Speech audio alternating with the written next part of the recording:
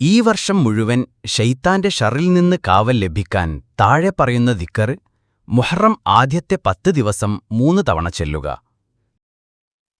اللهم إنك قديم أي بلا بداية وهذا العام جديد قد أقبل وسنة جديدة قد أقبلت نسألك من خيرها ونعوذ بك من شرها ونستكفيك فواتها وشغلها فارزقنا العصمة من الشيطان الرجيم.